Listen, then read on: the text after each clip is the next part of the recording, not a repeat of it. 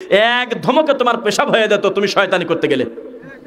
এখন এই বয়সে এমন ধমক দিত, তুমি যদি নাওয়াইতো লিখতে যেতে, এখনই তুমি নাওয়াইতা নাসুমা গদা এই দোয়া যদি লিখে যদি পাবলিশ করতে যেতে, একটা ধমক দিত স্যার তোমার কাপড় চোপড় শেষ হয়ে যেত।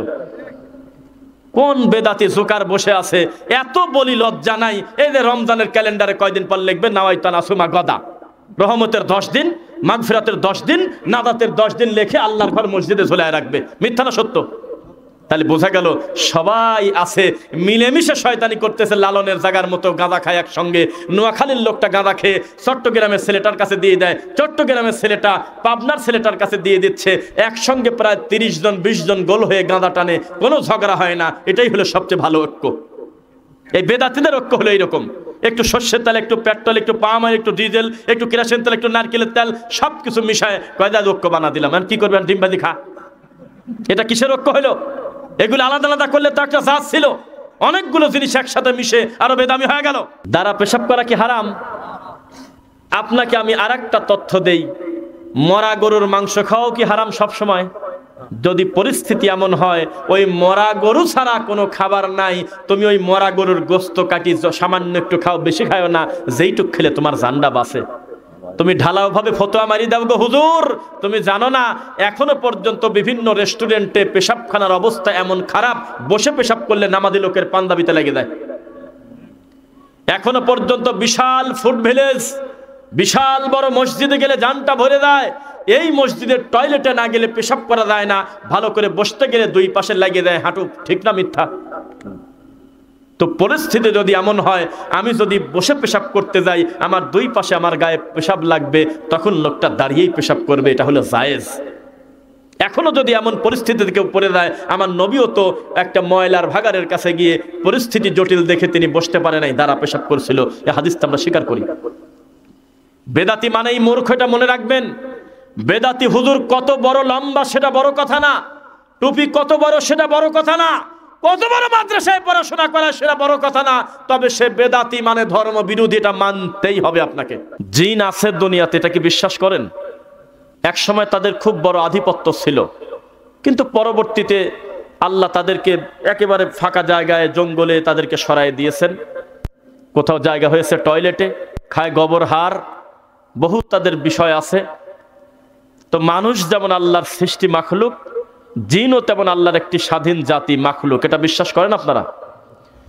আমাদের দেশে আধুনিকতার নামে বিভিন্ন বিশ্ববিদ্যালয়ের কিছু যুবকদের আমরা ফেসবুকে বলতে শুনি, আর এই 2025 সালে এখন কি আর জিন ভূতের গল্প চলে? অবশ্যই ভূতের গল্প চলবে না, কিন্তু জিনের গল্প আল্লাহর কোরআন দ্বারা সাব্যস্ত। আপনি আমার মুখামুখি বসে আছেন, এটা যেমন সত্য, আল্লাহর সৃষ্টির জিন এই দুনিয়াতে আছে, এটাও সত্য। আছে কিনা? তা আমাদের দেশে কিছু কবিরাজ ভেলকিবাজি করে বলে, এই তো বোতলে ভরে ফেললাম, এই তো বোতলে ভরে দিছি জিনকে, মাটির নিচে গাড়ি ফেলে। আছে কিনা বলেন? জি না। আল্লাহ স্বাধীন সৃষ্টি, স্বাধীন প্রাণী, তাদেরকে আপনি বোতলে ভরতে পারবেন না, আগুনে জ্বালিয়ে দিতে পারবেন না। আল্লাহ রাব্বুল আলামিন তাকে স্বাধীন করে এই দুনিয়াতে পাঠিয়েছেন, আর মানুষের সঙ্গে যুক্ত করে দিয়ে বলতেছেন, ওয়ামা খালাকাতুল জিন্না ওয়াল ইনসা ইল্লা লিয়াবুদুন, আমি বিশেষ করে মানুষ এবং জিনকে সৃষ্টি করেছি শুধুমাত্র করি না। কিন্তু বানানো তো হয়েছে ইবাদতের জন্য, নেওয়া তো হয়েছে কামলাকে সারাদিনের জন্য। কাঁধে ফাঁকি দিয়েছে, বিড়ি খাইছে আধা ঘন্টা, গোসল করতে গিয়ে 2 ঘন্টা আসে নাই, সকাল 10টায় কাজে আসলো, আসরের নামাজের আযান পড়ার সাথে সাথে বাড়ি চলে গেল, এটা ভিন্ন কথা। কিন্তু নেওয়া তো হয়েছিল সারাদিনের জন্য। কি বলেন? এই মানুষকে আল্লাহ সুবহানাহু ওয়া তাআলা খলিফা হিসেবে পাঠিয়েছেন। আদম আলাইহিস সালাতু ওয়াস সালাম আমাদের আবুল বাশার, আবুন নাস, মানুষের আব্বা, যার মাধ্যমে দুনিয়াতে ধারাবাহিকভাবে আল্লাহ পৃথিবীতে যত নবী পাঠিয়েছেন সব নবীর আব্বা হলো আদম আলাইহিস সালাম। এমনকি নরেন্দ্র মোদীরও আব্বা হলো আদম আলাইহিস সালাম। জানেন কিনা? এই পৃথিবীতে যে কোনো মানুষের আবুন নাস মানে মানুষের আব্বা। এ ব্যাপারে কারোর কোনো দ্বিমত নাই যে আমরা তার মাধ্যমে আল্লাহ আমাদেরকে এই দুনিয়াতে পাঠিয়েছেন। আলহামদুলিল্লাহ। এটা কেন বললাম জানেন? এটা থেকে কিছু কিছু মানুষ অ্যাডভান্টেজ নিতে চায়। কেউ কেউ আমাদের সমাজে ধোকা দিয়ে দেয়, বলে যে এখন বক্তব্য দিবেন ভারতের অমুক জায়গা থেকে আগত পীর সাহেব, যিনি নবীর আওলাদ। কি বলে না বলে? নবীর আওলাদ হিন্দুরাও। হিন্দুরাও নবীর আওলাদ, কিন্তু আওলাদ হলে হবে না, এটা কি সু আওলাদ না কু আওলাদ সেইটা হলো বড় কথা। শুধুমাত্র হকের মাপকাঠিতে, শুধুমাত্র হক বাতিলের লড়াইতে আদম আলাইহিস সালামের নিজের ছেলে পর্যন্ত জয় হয় নাই, এক ছেলে আর এক ছেলেকে মারি ফেলছে।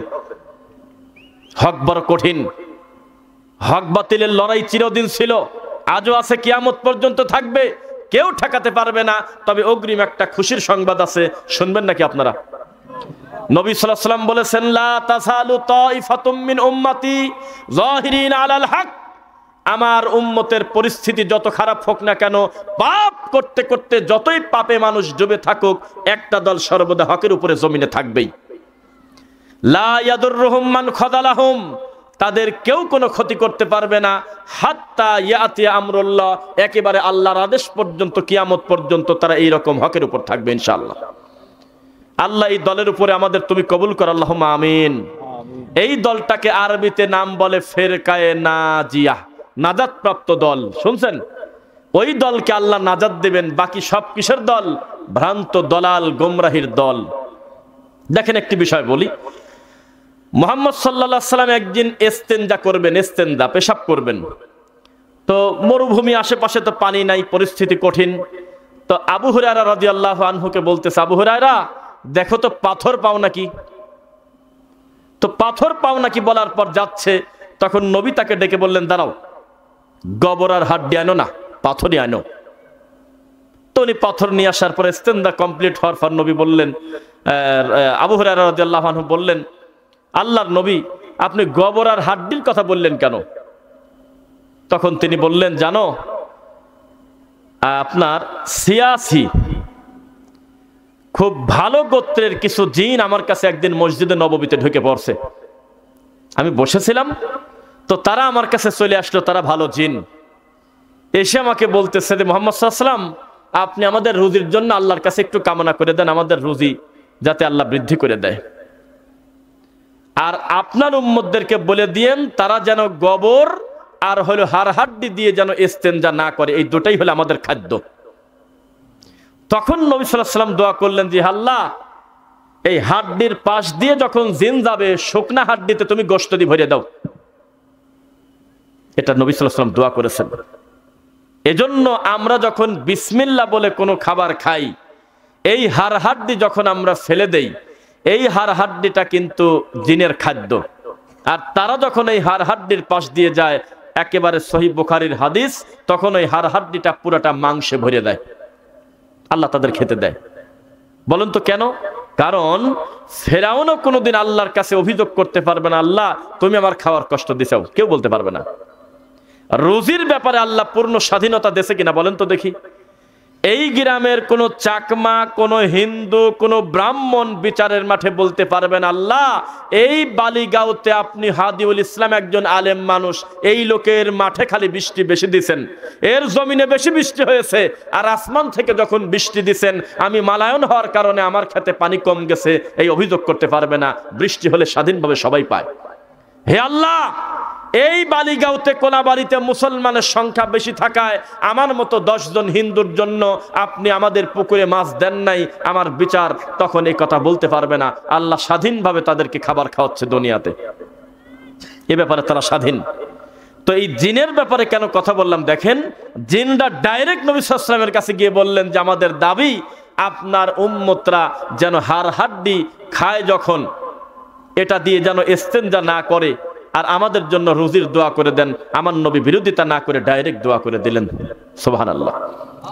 এবার আসেন, আমাদের সমাজে বর্তমান জিনে ধরা রোগীর সংখ্যা দিন দিন কমতেছে না বাড়তেছে? কত বাড়তেছে তার হিসাব নাই। যারা রাকি বোঝেন, যারা রুকিয়া করে, যারা রুকিয়া করে সেটা এখন ভালোভাবে করুক আর খারাপ ভাবে করুক। সমাজে তাবিজ কবদালা শিরিক পন্থায়ও আছে, আবার আমাদের আহলে হাদিসের বিশুদ্ধ আকীদা গ্রহণ করা অনেক ভালো ভালো রাকি আছে, যারা মাসনুন জিকির দিয়ে কোরআন হাদিসের তদবির করে কিনা? করে। এখন আপনি দুই গ্রুপের লোকের কাছেই ফোন দিয়ে দেখবেন, হাসপাতালের বেড খালি দেয়, এই কবিরাদের কাছে রোগী খালি দেয় না। প্রত্যেকটা দিন বউ শাশুড়ি, ছেলে মেয়ে, প্রেমিক প্রেমিকা, পেটের ব্যথা, মাথা ব্যথা, ডাক্তার রোগ ধরতে পারে না, আচমকা ঘুমের ভিতর উঠে লাফ দিয়ে চিৎকার দেয়, বাচ্চার বিকট কান্না, চোখ মনে হয় বের হয়ে যাচ্ছে, একটু পরে আবার স্বাভাবিক, এমন অবস্থা মনে হচ্ছে তার জীবনে রোগী হয়নি। এরকম চিত্র আছে কিনা এলাকায়? অস্বাভাবিক ব্যাপার আমাদের সমাজে ঘটতেছে। এই ব্যাপারে, জিনের ব্যাপারে একটু কথা বলি, শোনেন। এসব বিষয়ে মানুষ খুব কম বলে, তবে আমি আশাবাদী ইনশাআল্লাহ আপনার কিছু কল্যাণকর কথা আমি বলতে পারবো ইনশাআল্লাহ। কারণ এই মাহফিলে আসার আগে আমাদের আগে থেকে একটা প্ল্যান ছিল যে আমরা গুছিয়ে দুইটা কথা বলবো ইনশাআল্লাহ। দেখেন, জিনরা মানুষের জন্য, মুসলমানের জন্য সবচেয়ে ভালো জায়গা মসজিদ ঘর না? মসজিদ ঘর কিনা? আবার এমনি সাধারণ যারা সালাত আদায় করে না তাদের জন্য তাদের নিজের ঘরটা হলো প্রিয়। সারাদিন যেখানেই থাকুক নিজের বাড়িটা হলো তাদের কাছে খুব আপন। তো জিনদের একটা আপন জায়গা আছে, কেউ কি বলতে পারবেন সে তাদের প্রিয় জায়গার নাম কি? টয়লেট। কি নাম? টয়লেট। যদি আপনি বিসমিল্লাহ বলে না যান, যদি আপনি আল্লাহুম্মা ইন্নী আউযু বিকা মিনাল খুবুসি ওয়াল খাবাইস বলে যদি টয়লেটে না ঢোকেন, তাহলে আপনি জেনে রাখবেন আপনার ক্ষতি হবেই হবে, আসর হবেই হবে, হতেই পারে, অসম্ভব কিছু না।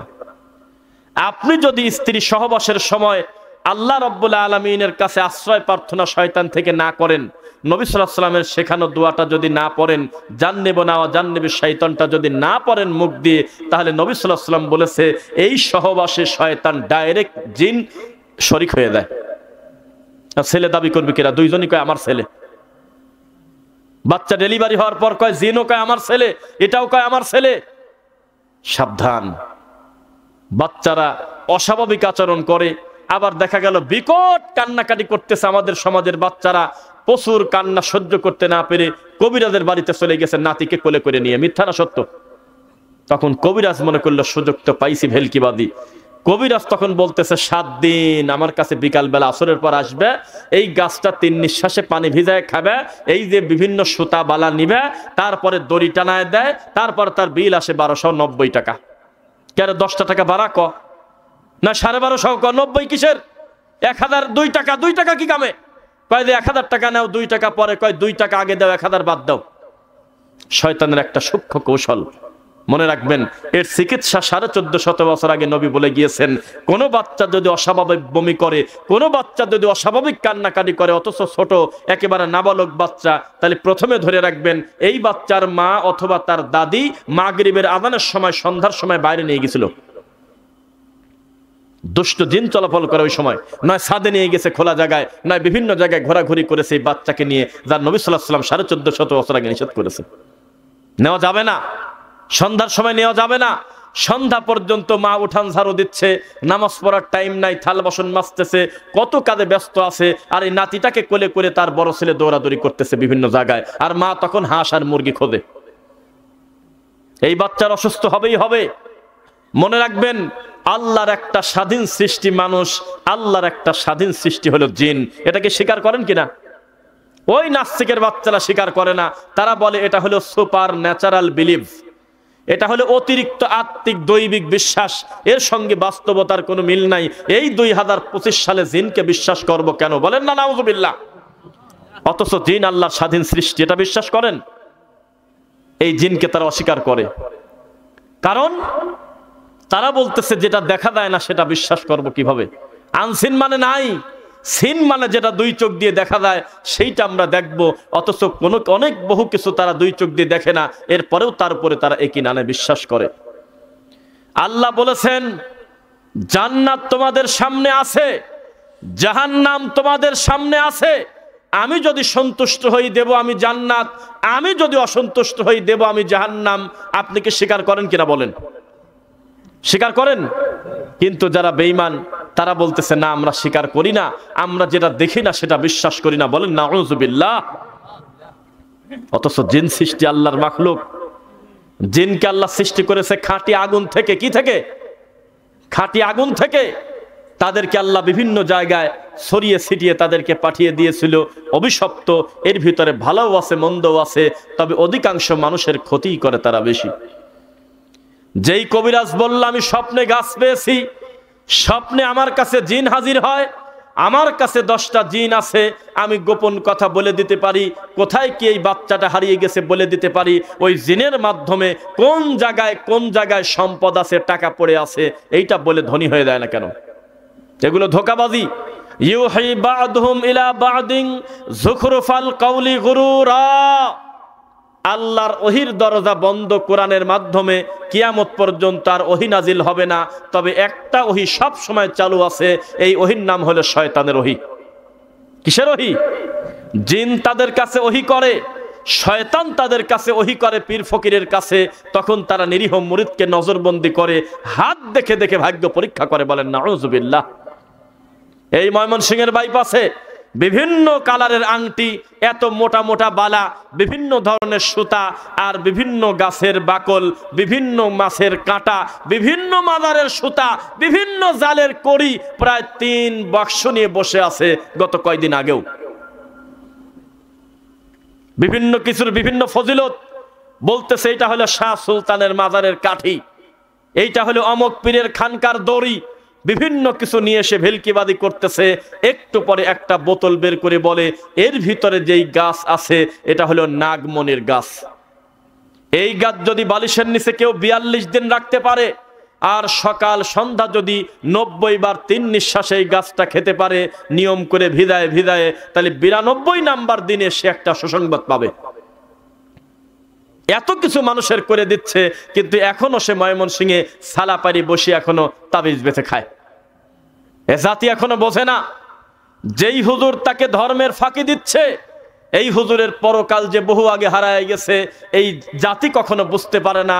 আপনাকে বলে দেই, আমাদের সমাজে যারা কোরআন সুন্নাহ বিরোধী বেদাতি শিরককারী আছে, এরা নিজেই আল্লাহর পক্ষ থেকে একটা গজব, এরা নিজেরাই গজব।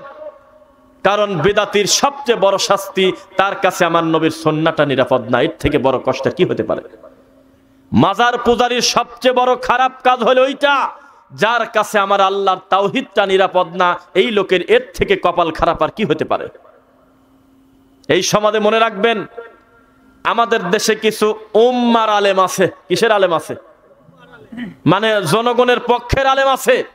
বক্তব্য দেওয়ার পূর্বে তদন্ত করে দেখে ওই এলাকায় কি কি খারাপ কাম চলে, ওই ব্যাপারে কথা বলা যাবে না, তাহলে অসুবিধা আছে। আপনাদের মাহফিলটা কি মাজারের পাশে? হ্যাঁ ঠিক আছে, মাজারের ব্যাপারে কোনো কথা বলবো না, ওয়াজ করার কি আর জিনিস নাই? পিতামাতার ফজিলত বলে দিয়ে আসবো। আপনাদের এলাকায় কি সুদ বেশি চলে? হ্যাঁ, তাহলে আমি আর ফিতনা বাজাবো না, আপাতত এই শুক্রবার সুদের ব্যাপার থাক। এটা হলো উম্মার হুজুর। শ্রোতা যেদিকে হুজুর সেদিকে, এটাকে বলা হয় হ্যামিলিনের বাসিওয়ালা। সত্য গোপন করে, অথচ 1450 বছর আগে কোরআন নাজিল হয়েছে। এই সব আয়াত যখন পড়ি, আপনারা যদিও আয়াতটা বোঝেন না, আলেম ওলামার মুখের দিকে তাকাবেন, মনে হচ্ছে আজকের এই দৃশ্য দেখে দেখে সুবহানাল্লাহ। লা তালবিসুল হাক্কা বিল বাতিল ওয়া তাকতুমুল হাক্কা ওয়া আনতুম তা'লামুন। আল্লাহ বলেছেন 1450 বছর আগে, মুহাম্মদ সাল্লাল্লাহু আলাইহি ওয়াসাল্লাম আমাদেরকে জানিয়ে দিচ্ছে পবিত্র কোরআনের আয়াত, খবরদার তোমরা সত্য আর মিথ্যা একাকার করে দিও না, হক আর বাতিল এক করে দিও না। খবরদার জেনে শুনে তোমরা সত্যকে গোপন করো না। আজকে আমাদের এই জমিনে এখনো পর্যন্ত সত্য গোপন করার হুজুরের সংখ্যা বেশি না কম? বেশি না কম? তারা আল্লাহর তাওহীদ বিক্রি করে খায়, তারা সুন্নাহ বিক্রি করে, তারা আল্লাহর তাওহীদকে অমান্য করে শিরিক করে, সুন্নাহকে অবজ্ঞা করে বেদাত করে, তবুও তার নাম আমাদের দেশের বড় হুজুর। শোনেন একটি কথা বলি, যেই সমাজের মানুষ এখনো সিদ্ধান্ত নিতে পারে নাই যে নবী সাল্লাল্লাহু আলাইহি সাল্লামের সাহাবীদেরকে মানবো কি মানবো না, তাদের প্রতি গজব আসবে না, আসবে কাদের প্রতি? আমরা সালাফি মানহাজ অনুসরণ করি। পৃথিবীতে এর থেকে নিরাপদ মানহাজ আল্লাহর মাটির উপরে নাই, যেটা সাহাবায়ে কেরাম আল্লাহর নবীকে দেখে দেখে আমল করছে। এই মানহাজটা আজকে অধপতিত, পদদলিত করে ফেলেছে বিদাতিরা। এই মানহাজটা ফলো না করে তারা আশারি মাতুরিদি আকীদা মানহাজ ফলো করে, তারা বিভিন্ন ব্যক্তি পূজা করে, আকাবির পূজা করে, কোনোভাবেই আমার নবীর সাহাবীদেরকে তারা মানে না। পারলে সাহাবীদের সমালোচনা করে, সাহাবীদেরকে গালিগালাজ করে, নাউযুবিল্লাহ পড়েন না কেন? অথচ সাহাবীরা হলো আমাদের কাছে মুহাম্মদ সাল্লাল্লাহু আলাইহি ওয়াসাল্লামের সুন্নাহ পাওয়ার মেশিন। তাদের মাধ্যমে আমরা তথ্য পেয়েছি আমার রাসূলের ইবাদতের ধরনটা কেমন ছিল। সুবহানাল্লাহ। তাদেরকে খাটো করে নবীকে মূল্যায়ন করা যাবে না, নবীকে খাটো করে আল্লাহকে মূল্যায়ন করা যাবে না। আল্লাহকে অনুসরণ করতে হলে, আল্লাহর কথা মেনে চলতে হলে আমার নবীকে অনুসরণ করতে বাধ্য, আপনি ফরজ। আর নবী সাল্লাল্লাহু আলাইহি ওয়াসাল্লামের কথাগুলো প্র্যাকটিক্যাল যদি দুই চোখ দিয়ে দেখতে চান, বুঝতে চান, তাহলে নবী সাল্লাল্লাহু আলাইহি ওয়াসাল্লামের সাহাবায়ে কেরামের আমল দেখতে হবে কিনা বলেন। এই সাহাবীদের আমল, সালাফিদের মানহাজ আমাদের দেশে অনিরাপদ। এই দেশে সালাফি মানহাজ চলে না, এই শব্দটা নিয়ে বেদাতীরা খেলা করে, আমাদেরকে বিভিন্ন নামে বেনামে ব্যঙ্গ করে কিনা বলেন। অথচ তাদের সব ঠাকুরের বড় ঠাকুরের নাম হলো আব্দুল কাদের জিলানী। বুনিয়াতুত তালিবিন বইতে হাজারো বছর আগে তিনি তার কলম দিয়ে লিখে গিয়েছেন, বইটা যদি সত্যি তার হয়, তিনি বলেছেন বেদাতি চিনার একটা আলামত আছে, যেই যুগে যারা আহলে হাদিসকে নামে বেনামে ব্যঙ্গ করে তারাই হলো বেদাতি, তারাই হলো বেদাতি। এই কথাগুলো এখন আর চলে না সমাজে, এগুলো ঢেকে ফেলেছে এই বেদাতিরা। অথচ বিভিন্ন বড় বড় মানুষের নামে তারা রামায়ণের মতো কিচ্ছা নোংরা বই নিয়ে আমাদের দেশের মাঠটা তারা পূর্ণ করে ফেলেছে, ঠিক নাকি বলেন? সাবধান, আল্লাহর রাসূল সাল্লাল্লাহু আলাইহি ওয়াসাল্লামকে মানা কোনো নফল না, এটা ফরজ। তাকে অমান্য করলে সে মুসলিম আর থাকতে পারে না। আপনার কি মনে পড়ে না, যেই দিন ফ্রান্সের প্রধানমন্ত্রী ম্যাক্রো তিনি সরাসরি নিজের হাত দিয়ে কিন্তু আমার নবীর ব্যঙ্গ আঁকায় নাই, তার রাষ্ট্রে একজন আঁকায়ছে, সে বিরোধিতা করে নাই, এটা প্রমাণ হয় যে তিনি সমর্থন করেছে, ঠিক কিনা? এই পাপের কারণে সারা পৃথিবীর 250 কোটি মুসলমানের কলিজায় আঘাত লাগলো। আমরা তাদের পণ্য বয়কট করলাম না কিছুদিন আগে? মসজিদের নামাজ শেষ করার পর ব্যানার নিয়ে রাস্তায় বের হয়েছিলাম না? এই নাস্তিকের বিচার চাই বলছিলাম কিনা বলেন? 7 দিনও লাগে নাই, 6 দিন পরে নারীতে টান পড়ে গেছে, তখন বুঝতে পারলো বাপরে বাপের মুসলমানের পাওয়ার রে। জীবনে নবীকে 2 চোখ দিয়ে দেখে নাই, নবীর কথা আর যাই হোক না কেন, তার কলিজায় আঘাত দিলে 250 কোটি মুসলমান নড়াচড়া করে ওঠে। 6 দিন পরে তিনি লাইভ এসে বললেন, ইসলাম ধর্মের নবী মুহাম্মদকে নিয়ে ব্যঙ্গ করা আমার ঠিক হয় নাই, আমি চিত্রটা নামায় ফেলতেছি। আরো যদি 100 বছর হায়াত পায় এই কাফের, আমাদের ধারণা আমার নবীর চিত্র তো দূরের কথা, আমার নবীর হাত দেবে না কোনোদিন আর জীবনে এই জায়গা। সে বুঝে গেছে এই নবীর ব্যাপারে কথা বললে 250 কোটি মুসলমানের কলিজায় আঘাত লাগে। লাগে না আপনাদের? লিল্লাহি তাকবীর, আল্লাহু আকবার। ভিতরে একটা সাউন্ড বাড়া দাও, ভিতরে আমাদের কানে যেটা আসতেছে একটু মোটা করে দাও। 250 কোটি মুসলমান সেদিন আমরা কষ্ট পেয়ে রাস্তায় বের হয়েছিলাম যে ফ্রান্সের ম্যাক্রো আমার নবীকে নিয়ে ব্যঙ্গচিত্র আঁকালো কেন? পণ্য বয়কট করতেছিলাম, কোটি কোটি টাকার পণ্য সুপার শপ থেকে সুন্দর করে বের করে ফেলায় দিচ্ছে। ফ্রান্সের পণ্য আমরা বয়কট করব না, মানে ফেলে দেব, রাখবো না কাছে। এটা প্রমাণ করে মুসলমান তার নবীকে ভালোবাসে। সত্যি যদি ভালোবাসেন, তাহলে সেই দিন আপনার মসজিদের ইমাম আমার নবীকে বড় করতে গিয়ে তার নামে মিথ্যা হাদিস বলেছিল জুমার খুতবায়, সেদিনই হাত উঁচু করে বলার দরকার ছিল, হুজুর আপনি হলেন আমাদের এলাকার সবচেয়ে সম্মানী মানুষ, আজ 30টা বছর ইমামতি করতেছেন, এই মুহূর্তে আপনার নামে জাহান্নামে একটা ঘর তৈরি হয়ে গেল, এই ঘরটা আমরা ভেঙে দেব, আপনি এখনই তওবা পড়েন, এটা আমার ভুল হয়েছে, এই হাদিসটা সহি না, আমরা তাছাড়া আপনাকে ছাড়ব না। মানুষ যদি এভাবে জবাবদিহিতার আওতায় আনতেন, তাহলে এই সমাজে এত জাল হাদিস বুনতো না। সমাজে এই 2025 সালে এখনো পর্যন্ত বক্তা মানুষের সামনে ঠান্ডা মাথায় বলতেছে আমার নবীর নামের ওসিলায় আদম নবী ক্ষমা পাইছে।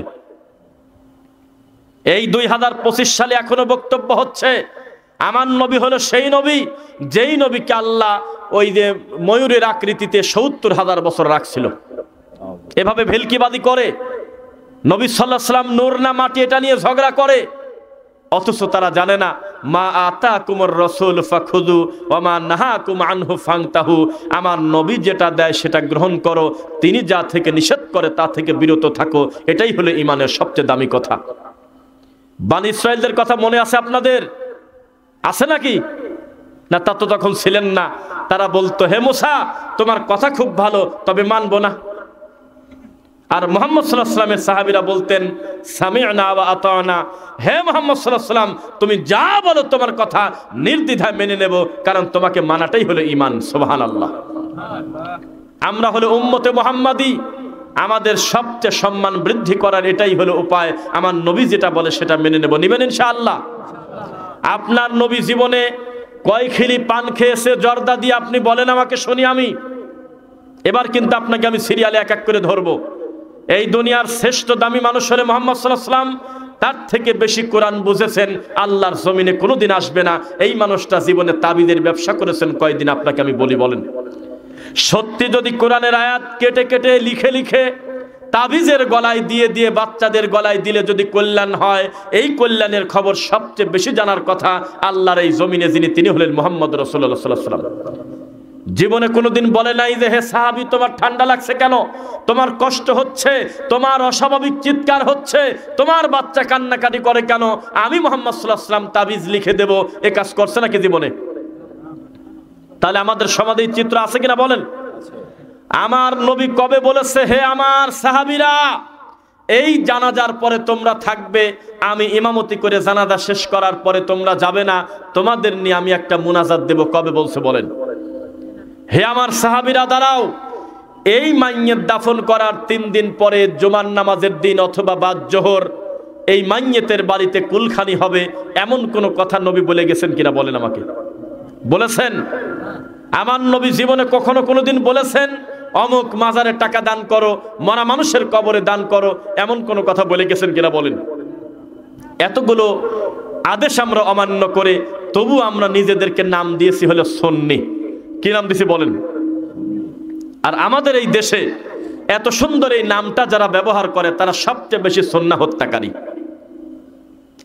সুন্নি আমাদের দেশে যারা, তারা অধিকাংশ হলো অমুসলিম। আপনি রাগ করবেন না, কথা ক্লিয়ার। এখন তাদেরকে যদি বলেন বলো তো নবীকে, কয় যে আল্লাহর নূরের তৈরি, নাউজুবিল্লাহ। বলো তো আল্লাহ কোথায়, কয় যে আল্লাহ হলো কলবে। বলো তো নবী কি, কয় যে হাজির নাজির। বলো তো গায়েবের মালিক কে, কয় যে আল্লাহ আর মুহাম্মদ সাল্লাল্লাহু আলাইহি ওয়াসাল্লাম। তো এই 4টা আকীদা যদি কারোর ভিতর থাকে, আপনি সত্যি করে বলেন তো সে কি আর মুসলমান থাকে কিনা? জি না, এটা হিন্দুয়ানি আকীদা, যেটা নরে চরে সবই ভগবান। গুনতে গুনতে দেখা গেল গুনে হিসাব করা যায় না, তখন একটা এভারেজ হিসাব করলো, কয় 33 কোটি দেবতা। স্বামীকে তারা দেবতা মনে করে, ভগবান মনে করে। গরুর গোবর পর্যন্ত তাদের কাছ থেকে ছাড়া পায় না, গোবর খায়, গরুর চুনা খায়, যা কিছু নড়াচড়া করে সবই হলো একটা করে ভগবান।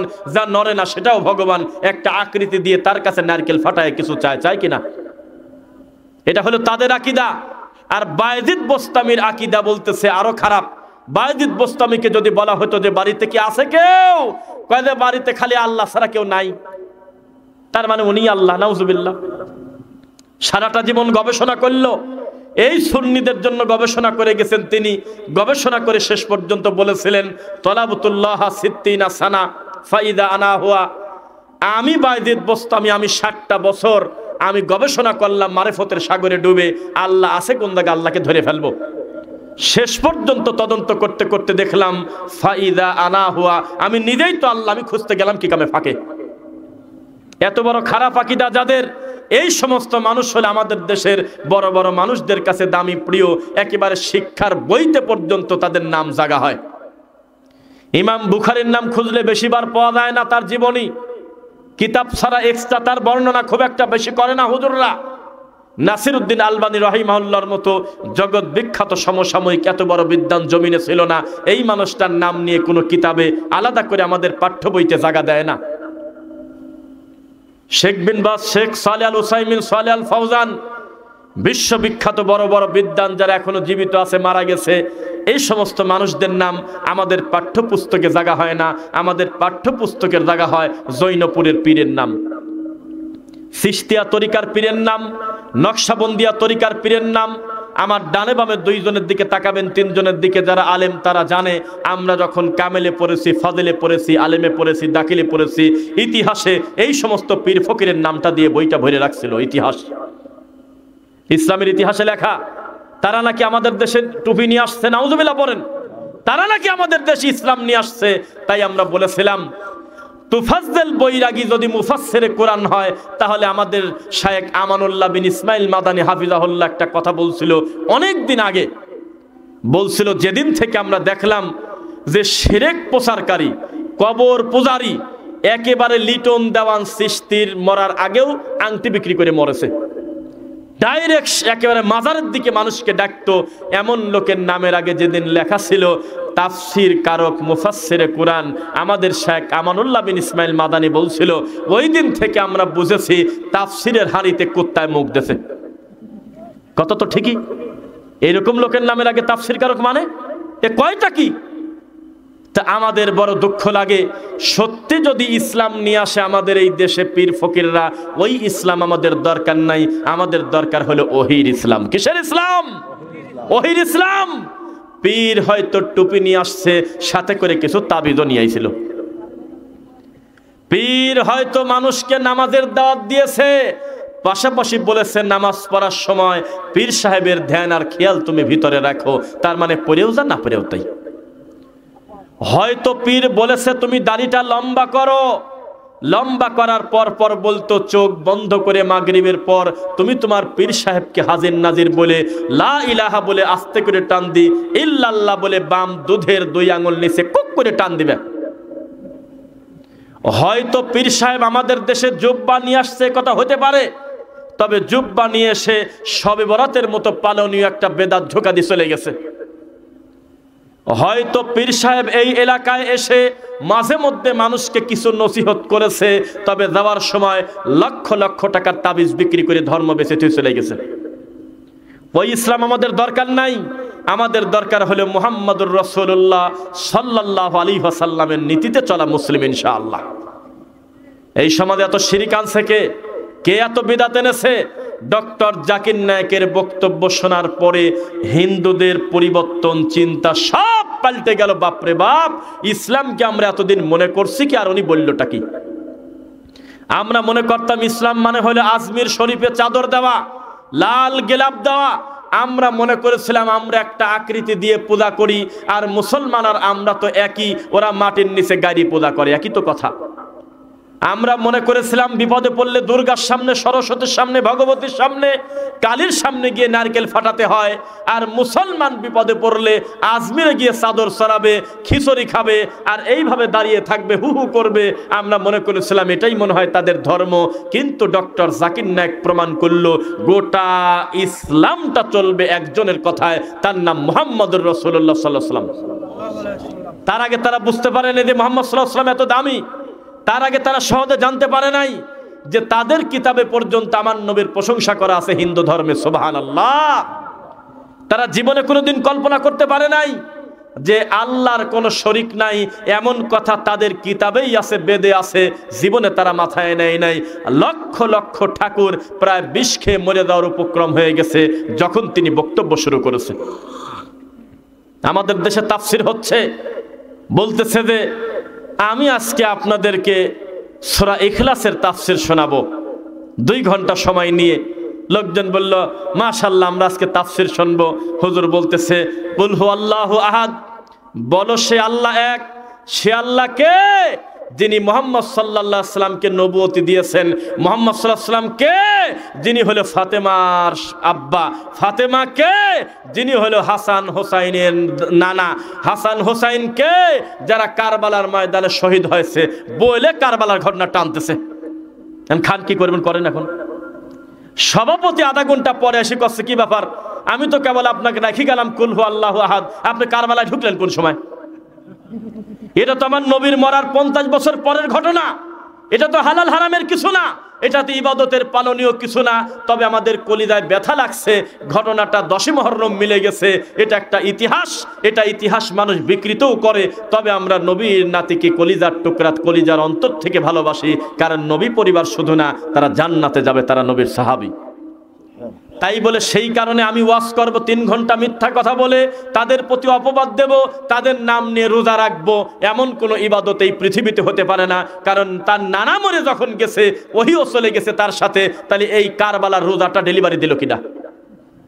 এইটুক বুঝ আসলো না আমাদের হুজুরদের। 10ই মুহররমের সাথে কারবালার কোনো সম্পর্ক নাই। এটা হলো সেই মুসা নবীর টাইমের ঘটনা, যখন ফেরাউনকে আল্লাহ ডুবায় মারল, মুসা নবীকে আল্লাহ মুক্তি দিল। ওই খুশিতে ইহুদিরা রোজা রাখলো। আমার নবী মক্কা থেকে মদিনায় গেল, যায় কিছুদিন বাইতুল মুকাদ্দাসের দিকে নামাজ পড়ে। তখন ইহুদিরা বলে, এই যাও, খবরদার মুহাম্মদের সাথে আর বিয়াদবি করো না, ও তো আমাদের ইহুদি ধর্মের লোক, দেখো তো আমাদের দিকে তো নামাজ পড়ে। কাবার দিকে তো পড়ে না, আমাদেরই লোক। খালি খালি তোমরা বিরোধিতা করলে হতে পারে। আমার রবের একটা কৌশল ছিল, মক্কা থেকে মদিনায় আসার পরে আমার নবী বেশ কয়েক মাস বাইতুল মুকাদ্দাসের দিকে মুখ করে নামাজ পড়েছে। কথা বুঝতেছেন না মনে হয়? নামাজের একটা পর্যায়ে নবী বললেন, আল্লাহ বললেন, কদ নারা তাকাল্লুবা ওয়াজহিকা ফিস সামা ফালানুওয়াল্লিয়ান্নাকা কিবলাতান তারদাহা ফাওয়াল্লি ওয়াজহাকা শাতরাল মাসজিদিল হারাম। হে নবী, আমি দেখতেছি আপনি খালি আকাশের দিকে তাকাচ্ছেন। হাত বেঁধে আকাশের দিকে তাকাইছিল নাকি বলেন? না না, ওই তাকানোর কথা বলা হয় নাই। তার মানে তার খেয়ালটা ছিল উপরের দিকে। আল্লাহ, আপনার কোনো ফয়সালা আসে কিনা, আমি মুখটা ঘুরে কাবার দিকে দিয়ে দেব। অনেক কথা, কিন্তু ইহুদিরা এখানে ধোঁকা খেয়ে গেছে। যেই আমার নবী বাইতুল মুকাদ্দাসের দিকে নামাজ পড়ে, তখন ইহুদিরা বলা বলি করলো, খালি খালি তোমরা মুহাম্মদকে গালি দাও, এটা আমাদের ইহুদি, এটা আমাদের মতো করে ওই দিক নামাজ পড়তেছে। যেই নবী সাল্লাল্লাহু আলাইহি ওয়াসাল্লামের মনটা চাইলো, হে রব, আমি সেখানে সেজদা দিতে চাই যেই দিকে তাকায়, যেই ঘরে সেজদা দিলে 1,00,000 সেজদার নাকি, সুবহানাল্লাহ। আমি কাবার দিকে পড়তে চাই, এটা আমার মনের তামান্না গো আল্লাহ, আপনি কবুল করে নেন।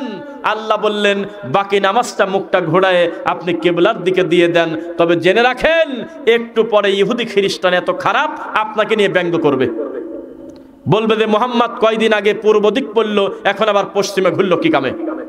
আপনাকে আমি অগ্রিম একটা যুক্তি এবং প্রশ্নের জবাব শেখায় দেই, আপনি তখন তাদের বলে দিয়েন, লিল্লাহিল মাশরিক ওয়াল মাগরিব। হে কাফেররা, পূর্বও যে আল্লাহর, পশ্চিমও সে আল্লাহর, তোর সমস্যা কি? জবান বন্ধ। তো আমার যেটা যুক্তি সেটা আমি প্রথমে আপনাকে বলি, যে কথা বলতেছিলাম, ইহুদিরা আমাদের জানি দুশ্মন, আমাদের মানি দুশ্মন। মিথ্যা না সত্য? মিথ্যা। কি বলেন আপনি? সারা পৃথিবীর 3 কোটি ইহুদির জ্বালায় 250 কোটি মুসলমান বিপদে। সারা পৃথিবীর সমস্ত ইহুদি যদি এক জায়গা করেন, 4 কোটিও হবে না, 3 কোটি হবে। গুগলে এখনই লেখেন, এই 3 কোটি ইহুদি যে পরিকল্পনা করেছে আজকে থেকে 50 বছর আগে, আজকে সেটা বাস্তবায়ন হচ্ছে। এই ইহুদির মনে বড় স্বাদ, এই ময়মনসিংহের হালুয়া ঘাটের যুবক ছেলে পেলে কবে আমাদের মতো করে চুল কাটবে, এখন তো তাই কাটে। সেলুনে গিয়ে বসে দেখে, ডান পাশে 20 জনের সিরিয়াল, বাম পাশে 20 জনের সিরিয়াল, এ পাশে আছে নায়ক নায়িকা, এ পাশে আছে খেলোয়াড়, সবাই ইহুদি খ্রিস্টান। তখন বলতেছে, আমার ডান পাশের চুলটা লাল বানা দাও, বাম পাশের চুলটা ঘোড়ার লেজ বানা দাও। নাই মনে হয় আপনার এলাকায়? না কি জোরে করলেন আছে, আসলে নাকি এরকম রোগী আছে? তারপরে বলতেছে, শোনো, যেভাবে মন চায় চুল কাটো না, আমার সামনের চুলগুলো খাটো করে দাও, পিছনে নেজারি বাইর করে দিয়ে দাও, বড় করে রেখে দাও। তার মানে তার মাথার ভিতরে ঘুরতেছে তার কোনো একটা প্লেয়ারের ঘটনা, ওই প্লেয়ারের মতো চুল কাটাবো। তবে ওই প্লেয়ারের তথ্য নিতে খবর পাওয়া গেল সে হলে ইহুদি খ্রিস্টান। তুমি মোনাজাত করলে কি কামে উপরে যায় না? তুমি বোঝো না? তোমার মেয়ের বয়স প্রায় 22 থেকে 25 বছর, বিবাহধারী মেয়ে, এত বড় মেয়ে ছেলে মানুষের প্যান্ট শার্ট পরে রাস্তায় ঘোরে, তুমি মোনাজাত করলে সামিয়ানাই তো পার হয় না, 7 আসমানে তো দূরের কথা। তোমার লজ্জা করা উচিত। তোমার ছেলের কানের তা আছে, কানের দুল আছে, অথচ এটা মেয়েদের জন্য খাস। তোমার ছেলে কানের দুল নিয়ে রাস্তায় ঘুরে মেয়ে মানুষের মতো, তুমি জীবনে খোঁজ নিলে না। তুমি খালি মনে করতেছো মোনাজাত করে যায় না কেউ পড়ে। এত সহজ নয়। সকালবেলা 1000 বার ইল্লাল্লাহ, আর মাগরিবের পর 10,000 বার জিকির করলাম, আর আল্লাহকে সন্তুষ্ট করলাম। জি না, আল্লাহকে সন্তুষ্ট করতে মাধ্যম একটা আমলে সলে করতে হবে। আল্লাহর সব কথা মেনে নিতে হবে, রাসূলের সব কথা মেনে নিতে হবে, তাদের বিরোধিতা করা যাবে না। তখন আপনি আপনার কল্যাণ পাবেন ইনশাআল্লাহ। আপনি কি মনে করেন বিচারের মাঠে ফিরাউন পর্যন্ত অভিযোগ করতে পারবেন, আল্লাহ আমার দোষটা কি? আপনি মুসাকে বড় সম্মান দিবেন আর আমাকে কাফের বানাবেন, এটা তো আপনার আগেরই প্ল্যান আছে। আমার দোষটা কি? এটা বলে টিকতে পারবে না। কারণ তখন বলা হবে, হে ফেরাউন রে, এই দুনিয়ার সবচাইতে নোংরা, সবচাইতে খারাপ মানুষের প্রথম সিরিয়ালে তুই। এত বড় খারাপ মানুষকে আমি দূরে সরায় না দিয়ে আমি আমার মুসাকে কতবার তোর বাড়িতে পাঠালাম দাওয়াত দিয়ে, যাতে তুই ভালো হোস। দাওয়াত দেয় নাই মনে হয় নাকি? দেশে যেই দাওয়াত নিয়ে গিয়েছে, তখন সে বলেছে, আনা রব্বুকুমুল আলা, তোমার আল্লাহকে বলে দিও তোমার আল্লাহ হলো ছোট আল্লাহ, আমি নিচে হলো বড় আল্লাহ। এত বড় স্বৈরাচার, তার বিচার আল্লাহ এমন ভাবে করেছে, ফাংজুরু কাইফা কানা আকিবাতুল মুকাদ্দিবিন বিবাদানিকালি তাকুনা লিমান খালফাকা আয়া। সারা পৃথিবীর মানুষের কাছে আল্লাহ তার লাশটাকে রেখে, অখ্যাত রেখে আল্লাহ তাকে নিদর্শন স্বরূপ দেখাচ্ছেন। যদিও ইদানিং আমাদের বেশ কিছু ভালো বিদ্বান আলেমদের ভিতরে, আমাদের আহলে হাদিস আলেমদের ভিতরেও বিষয়টা একটু দ্বন্দ্ব, যদি এটা আকীদা সংক্রান্ত না, হালাল হারামের কিছু না, যে এখন আমরা যাকে ফেরাউনের লাশ মনে করি আসলেই এটা ফেরাউনের লাশ কি না, এ ব্যাপারে পক্ষে বিপক্ষে ইউটিউবে আছে বক্তব্য, দেখছেন আপনারা। যদি না হয় তাতে আমার সমস্যা কি, আমাদের তো অসুবিধা নেই। একটা আয়াতের বুঝ আমাদের একজন আলেম বলতেছে, একদল ভালো আলেম বলতেছে এটা বানী ইসরাইলদের জন্য শিক্ষা স্বরূপ আল্লাহ তাদের সময়ে অখ্যাত রাখছিলেন। আবার আর একদল বলতেছে না, কিয়ামত পর্যন্ত তাকে, তার লাশটা অখ্যাত রেখে সমস্ত জালেমদেরকে আল্লাহ দুই চোখ দিয়ে দেখায় নেবেন। আমরা দুইটা মান্যতকেই আমরা শ্রদ্ধা করি, কি বলেন? সর্বোপরি আল্লাহ তার লাশকে যে অক্ষত রেখেছিলেন এই ব্যাপারে কোনো মুহাদ্দিস দ্বিমত করে নাই। একটা লাশ এখন পানিতে ফেলে দেন, 3 দিন পরে দেখবেন যে ফুলে ফেপে ব্লাস্ট হয়ে গেছে, তার আশপাশ দিয়ে যাওয়া যায় না। দুনিয়ার কোনো মেডিসিন দিয়ে তাকে আধা ঘন্টা টিকাতে পারবেন না, আশেপাশে বুঝবে মানুষ পচার গন্ধ কত কঠিন, অথচ আল্লাহ তাকে শত শত হাজারো বছর অখ্যাত রেখেছে, কোনো মেডিসিন পর্যন্ত লাগে না। এখন আমার তথ্য ভুল হতে পারে, আমি জানি না, তবে আমি একটা তথ্য সূত্রে দেখলাম যে মিশরের এই মিউজিয়ামের, এই জাদুঘরের অন্যান্য যে সমস্ত প্রাণীর তারা রাখছে মরা, তাকে নাকি নিয়মিত সকাল বিকাল বিভিন্ন আপনার করতে হয়, স্প্রে করতে হয়, বিভিন্ন মেডিসিন দিতে হয়, অনেক কিছু দিয়ে তরতাজা রাখতে হয়। কিন্তু ফেরাউনের লাশে নাকি এগুলো কিছু দিতে হয় না, যেভাবে পাইছিল সেভাবেই আছে। আল্লাহ ভালো জানে, তবে আল্লাহ রাখতে পারেন কিনা। একটা লাশ এখন মাটি দিয়ে আসবেন, 15 দিন পরে সেই লাশ কোথায় চলে গেছে, শিয়াল নিয়ে গেছে, মাটি দেবে চলে গেছে, তার প্রতি আরেকটা কবর হচ্ছে, অথচ তার লাশটা আল্লাহ অখ্যাত রেখেছেন আমাদেরকে শিক্ষা দেওয়ার জন্য। শিক্ষা নিল না, করোনা আসলো, চোখের সামনে কত মানুষ মরে গেল, এর জাতি বিন্দু মাত্র পরিবর্তন আসে নাই। এরা বানী ইসরাইলের মতো মুনাফিক। 3টা বছর মাকে দেখে না ছেলে, 5টা বছর স্ত্রী সন্তানের মুখটা দেখে না, মাঝে মধ্যে খালি একটু কলে কথা হয়। সেই সন্তান যখন দেশে আসলো 2020 সালে, তাকে হোম কোয়ারেন্টাইনে রাখা হলো 21 দিন, তার সঙ্গে তার ছেলে মেয়ের দেখা দেওয়া গেল না, তার সঙ্গে কেউ হাত মিলায় না। সবাই বলে তাকে উপজেলা স্বাস্থ্য কমপ্লেক্সে রেখে দাও, অমুক জায়গায় হোম কোয়ারেন্টাইনে রাখো, কারণ ওর যদি করোনা হয় তো গোটা গ্রাম শেষ। দেখেন না এই সব চিত্র, দেখছেন? নারায়ণগঞ্জে প্রথমেই আতঙ্ক ছড়ায়। নারায়ণগঞ্জ থেকে আমাদের এলাকার একটা জামাই ইটের ভাটায় কাজ করতো। কিসে? ইটের ভাটা, বোঝেন না?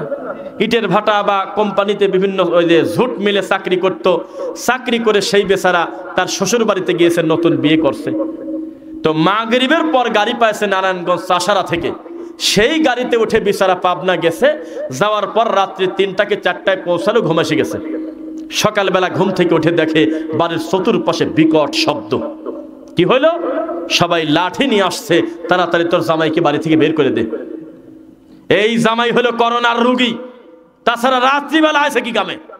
এই নারায়ণগঞ্জে তিনি আসে, এই ছেলে তাড়াতাড়ি এখান থেকে বের করে দাও, নইলে এলাকা শেষ। ও ছেলে কিছুই জানে না, কি বিপদ কন। পরে সবাই মিলে তাকে বের করে দেওয়া হলো। এই 2 চোখ দিয়ে তাকায় দৃশ্য আমরা দেখছি। স্বাভাবিক ঠান্ডার দিন এমনি কাশি হয়, এমনি গলা ব্যথা হয়। একটা মহিলা জোরে করে একটু কাশি দিয়েছে, আশপাশের প্রতিবেশীরা বলছে করোনার রোগী যাস না ওইদিক। কিছুই হয় নাই, ঠান্ডা একটু গলা, বলতেছে পাবনা নিয়ে যাও, যেখানে সেখানে দেখায় না, কেউ দায়িত্ব নিতে চাচ্ছে না। ডাক্তার পর্যন্ত বলতেছে যে পর্দার আড়াল থেকে কিছু বলার থাকলে দূর থেকে বলো, এদিকে ঢুকো না। এত বড় কঠিন পরিস্থিতি 2 চোখ দিয়ে দেখার পরেও এ জাতির পরিবর্তন কি এসেছে? এই যে আমার আলেম ভাইয়ের কাছে জিজ্ঞাসা করেন, ফজর নামাজে কয়জন লোক নিয়ে ইমামতি করে নামাজ পড়ে, আর এলাকায় কত লোক আছে? মোহাম্মদ আলী ভাইয়ের কাছে জিজ্ঞাসা করেন। আপনার এলাকার ইমামকে ডাক দেন, আপনার মসজিদে সিসিটিভি ক্যামেরা লাগান। জুমার নামাজে মসজিদে জায়গা হয় না, আর ফজরের নামাজের সময় একামত দেওয়ার লোক পাওয়া যায় না। আপনার লজ্জাই নাই? বানী ইসরাইল এরকম মুনাফিকি করেছে। বানী ইসরাইলরা তাদের উপরে বৃষ্টি পানি দেওয়া বাদ দিয়ে আল্লাহ রক্ত দিয়েছিল এক সময়, দেশে না রক্ত? ব্যাঙের বৃষ্টি দেশে আল্লাহ, ব্যাঙ, মাথার উকুন, পঙ্গপাল। তবু এই অপরাধী সম্প্রদায় আল্লাহকে মানল না। আল্লাহকে বলল, আল্লাহ ফেরাউন আমার ডিস্টার্ব করে।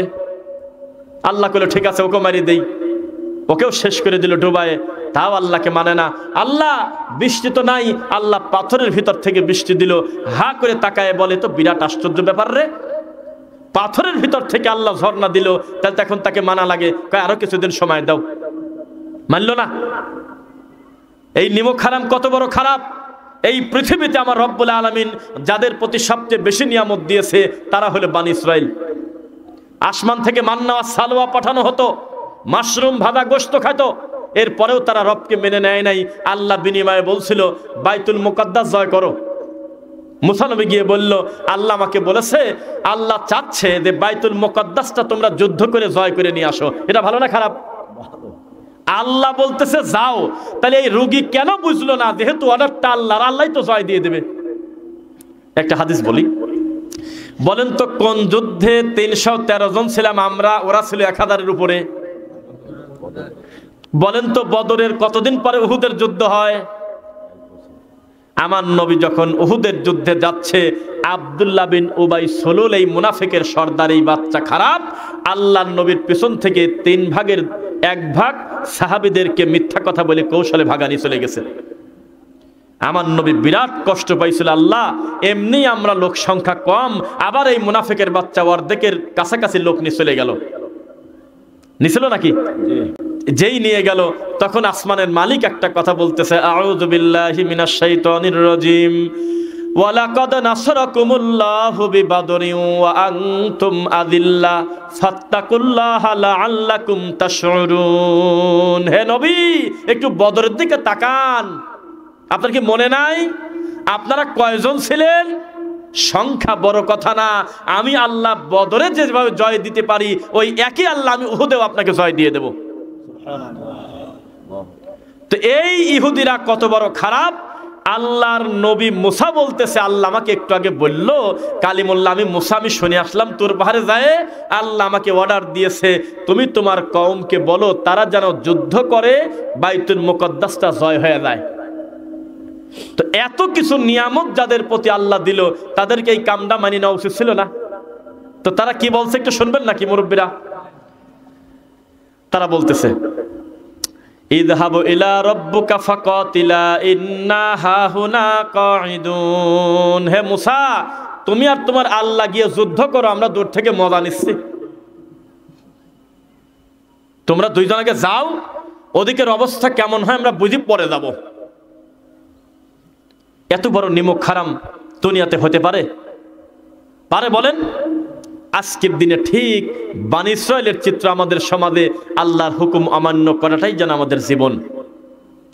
উনি হজ করেছে, হাদি মানুষ, হালাল হারাম বেছে খায়, মানুষকে কষ্ট দেয় না, তাহাজ্জুদ পড়ে, লোক ভালো, কিন্তু তার 2টা ছেলের বউ, এমনকি তার নিজের বিয়েধারী মেয়ে পর্যন্ত বেপরদায় রাস্তায় ঘোরে। এমন আছে কিনা? আছে। লোকটা এখনো জীবিত আছে, তার ছেলে সুদ খায়, আল্লাহর ঘরে সালাত আদায় করতে আসে না। এমন রোগী আছে কিনা সমাজে? মা কঠিন পর্দা করে, মায়ের আঙুল পর্যন্ত দেখা যায় না, হাত মোজা পা মোজা দিয়ে উপরে ডবল কাপড় দেয় যাতে চোখটা পর্যন্ত বোঝা না যায়, অথচ তার বিবাহধারী মেয়েকে অর্ধ উলঙ্গ করে রাস্তায় পাঠিয়ে দিয়েছে। এটা কোন ধরনের নীতি? এই সমাজের মানুষ বনি ইসরাইলের মতো বর্তমান চিত্র প্রায় চলে আসছে। আমার একটা ঘটনা মনে পড়ে, আমি তখন একদম ছোট, আল্লাহর কসম আপনাদের মনে থাকলে একটু বলবেন। কে জানি একটা হুজুক তুলছিল গ্রামে যে আগামী শুক্রবার দিন কিয়ামত হবে। কত সালে হতে পারে বাবাজি? মাথা নাড়ালেন। মেলা আগে 10 না 15-20 বছর প্রায়। হ্যাঁ হ্যাঁ হ্যাঁ হ্যাঁ হ্যাঁ ঠিকই, সোমবার 5ই মে সোমবার, ডেটও পাইছি নে। তাহলে আমার শুক্রবার ফেরত দিলাম, সোমবার। এই সোমবারে কিয়ামত হবে এই ঘোষণা যখন হয়ে গেল, প্রত্যেকটা লোক মসজিদে, প্রত্যেকটা লোক টেলিভিশনের সামনে, বিটিভির সামনে যে খবরটা কি হয় দেখে, সোমবার যখন সন্ধ্যা পার হয়ে গেল, ওরা জোরে করে তাকবীর দিয়ে পটাকা ফোটায় আর বোম ফোটায় আর কয় কে রে মিথ্যা খবর দিল, কিছুই তো হইল না। অথচ ভালো মানুষের বাচ্চার বোঝা উচিত ছিল যেই শয়তানিটা করুক, কিয়ামতের খবর তো আমার আল্লাহ জানে, দুনিয়ার মানুষ জানে না কবে হবে, তবে বেঁচে যেহেতু গেছি এই সুযোগে আল্লাহকে খুশি করে ছাড়বো ইনশাআল্লাহ। তা করল না, মসজিদগুলো খালি হয়ে গেল। ইমাম সাহেব একামত দেওয়ার লোক খুঁজে পায় না, মুয়াজ্জিন বাড়িতে গেলে পরিস্থিতি কত খারাপ হতে লাগলো। এটা হলো সেই জাতি, এই জাতি ঠিক বনী ইসরায়েলের মতো বর্তমান তাদের আচার আচরণ। এই জাতি ইহুদিদের রক্ত, মুসলমানদের রক্তে কেনা বিক্রি করা, ইহুদিদের জিনিস গায়ে দেয়, পরে পোশাক আশাক পরে, চলে ফেরে, আত্মতৃপ্তি বোধ করে। আরে পোশাকটা মানিয়ে নিলাম, যে পোশাক জামা কাপড়, আরে অন্য কিছু মানিয়ে নিলাম, চুল কাটা পর্যন্ত তাদের মতো করে, তাদের মতো হাঁটা, তাদের মতো চলা, তাদের মতো আচার আচরণ, সব কিছুতে ইহুদিদের সাথে সামঞ্জস্য রাখে। এটা কি হবে বলেন? গেঞ্জি গায়ে দিছে, গেঞ্জির পিছনে লেখা যে মুরব্বী আপনি বসে পড়েন, কোথায় যেন দেখলাম, ভালুকা, ভালুকা। তো এটা ভাষা? এটা মুসলমানের বাচ্চা। আর যেই বক্তা এই শয়তানিটা করছে, অনেকেই তাকে বাঁচানোর চেষ্টা করলো যে না, উনি তো ওইভাবে বলে নাই, উনি বলছে মুরব্বী বসেন, একভাবে ভাইরাল হয়ে গেছে। না না না, কে বলছে? এখন তার বক্তব্য নিয়ে আসেন। এটা পাকা খবিশ। এ খালি ভেংসি করে খিলখিল করে, খালি দাঁত বাই করে কেলায়, খালি উল্টাপাল্টা মিথ্যা গল্প করে, আর এমন এমন ভঙ্গিতে কথা বলে, ওই অংশটুক কেটে নিয়ে টিকটকার আলারা যে কোনো সময় ভিডিও বানাতে পারে। তোমার লজ্জা হওয়া উচিত। এই জমিনে আহলে হাদিসরাই হলে একমাত্র সফল, আলহামদুলিল্লাহ। এখন ইউটিউবে লেখো বাংলা হুজুরের টিকটক, দেখবে হাজার হাজার হুজুরদের টিকটক আছে, হিন্দি গান নকল করা আছে, হুজুর মানুষের গান বাজনা আছে। একটা আহলে হাদিস বক্তা পাবে না খুঁজে যার বক্তব্য 2023 লেখা, নভেম্বর মাস মনে হয়। আজকে আমার বক্তব্য নিজেই দেখতেছি, ওখানে বলতেছে, প্রথমে আরিফ বিন হাবিবের একটা হয়ে এসছে, উনি বলতেছে তোমরা নিজেদেরকে আহলে হাদিস বলো, নবী তো 11টা বিয়েও করছে, তোমরা বিয়ে করো না কেন? এই কথা বলে মানে ব্যঙ্গ করতেছে আহলে হাদিসদেরকে। দেখছেন এই ভিডিও? কয়েকদিন নবী তো 11টা বিয়ে করছে, নবী তো দাঁড়ায়ও পেশাব করছে, ওটাও তো হাদিস। আপনারা কি হাদিস মানবেন না সুন্নাত? কয় সুন্নাত। এটা বড় হুজুরের ওয়াজ। তারপরে আমারটা কাটিয়ে এসে লাগাইছে। আমি তো আর ওর হিসাবে বলি নেই, আমার একটা পুরান বক্তব্য আছে যে আমাদের এই দেশের এই বেদাতিরা এখন পর্যন্ত পানি আর ওয়াটার একসাথে বোঝে না। দেখি এটা পানি না, পানি কিনা এর ভিতরে? আমি যদি বলি যে না এর ভিতরে ওয়াটার আছে, কি হলো? দুই না একই হলো? না না, যদি বলি জল ভরা বোতল, তো হাদিস আর সুন্নাহ পার্থক্য আছে এমন ধরনের কোন কথা কোন ইমাম জীবনে বলে গেছে? জীবনে এই সুন্নাহটা পালেন কোন জায়গা? হাদিস থেকে তো পাইছেন। এইটুকুন বুদ্ধি তার হলো না। তখন আমি বললাম আমার নবী 11টা বিয়ে করছে, আপনারা কি অস্বীকার করছেন? কেউ বলেন না করছেন? আমল হয়ে গেছে, এটা আমল শেষ। এটা বিশ্বাসগত ইবাদত। এটা 11টা বিয়ে করে পালন করার ইবাদত না। এই গরু বোঝে না, কেননা যেই নবী 11টা বিয়ে করেছে ওই নবীকে দিয়ে আল্লাহ পরে বলাচ্ছে মাসনা ও সুলাসা ও রুবা, ইনসাফ করতে না পারলে একটা। তে গরু বোঝে না। তা মিষ্টি মিষ্টি করে, এত সুন্দর মিষ্টি করে হাসে, এত সুন্দর গলার রসালো কণ্ঠ, অথচ জাল হাদিস বলে মানুষের সামনে। মিথ্যা না সত্য বললাম? তারপর বললাম আবার বেদাতিরা বলে যে তোমরা আহলে হাদিস, আমরা হলো আহলে সুন্নাত। বলে কয় যে আহলে সুন্নাতটা হলো জান্নাতে যাবে, আহলে হাদিসরা জাহান্নামে যাবে। নাউজুবিল্লাহ। কেন?